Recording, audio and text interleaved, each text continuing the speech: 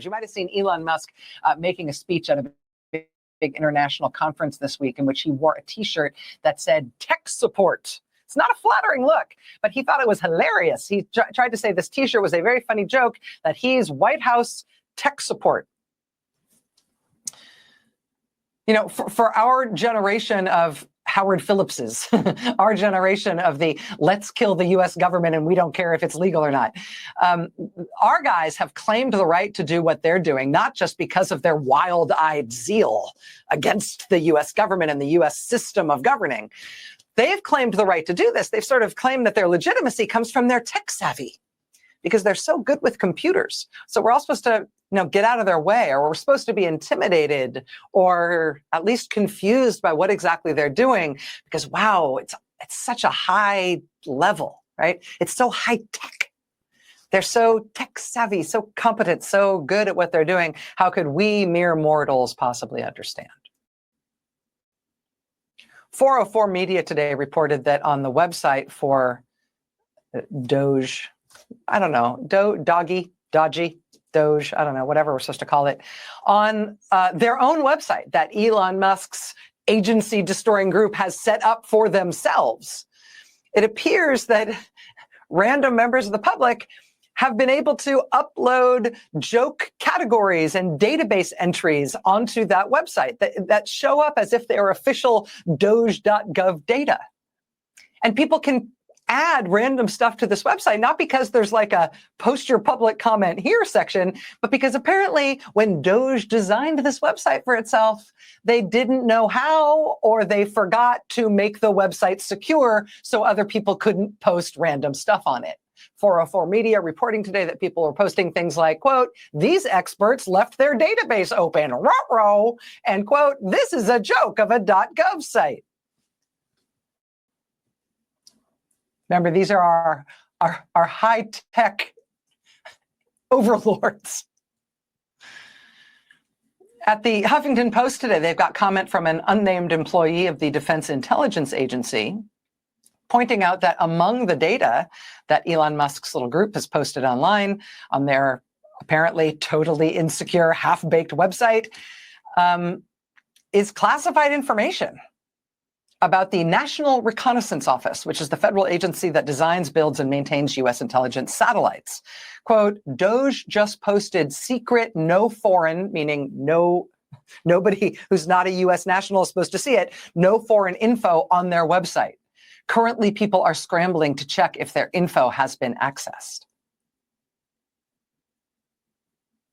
This comes on the heels of Elon Musk telling reporters in the Oval Office that we should all be shocked. The American people should be shocked by the scandalous discovery he and his high-tech team made while apparently pawing through Social Security records and data in that part of the government's guts. Because he's allowed to do that, I guess. He said the scandal that he and his team had uncovered in Social Security data is that there are people in the Social Security database who are listed as being 150 years old. And we don't know exactly what Mr. Musk was talking about because he's seeing stuff that I think he's not allowed to see, and neither are we. But today, people started gingerly asking if perhaps Mr. Musk just didn't know that in an older version of the programming language that is used by the Social Security Administration, when you didn't have a date to enter in a particular field, it would code it as 150 years ago. It would code it as 1875. The year 1875 is essentially an error message to let you know that there isn't a real date in that record, and so you should treat that as an error and find out what went wrong. Does he know that, or does he really think those are records for 150-year-old people? Does he know what he's looking at when he's pawing through your Social Security records? Remember, it's their technical prowess and know-how that's supposed to impress us and make us think this is somehow different than when a far-right, power-mad, doomed president tried to do this exact same thing in 1973. We're supposed to be intimidated here. That measles outbreak we told you about last night in West Texas, it has now doubled in size as of today. The CDC also has fired as many as 1,300 people today. The intelligence staff at the Department of Energy sent its staff an urgent warning about how to respond to Elon Musk's team seeking access to sensitive classified materials about nuclear weapons. And at the National Nuclear Security Administration today, which is responsible for keeping our nukes safe, they fired a significant portion of their staff today, hundreds of staff members. Yesterday, we got word that Trump and Musk's little squad of genius web developers and software engineers, the folks who may have accidentally posted the classified information on their website and left open some sort of back door so that random members of the public can post stuff on it.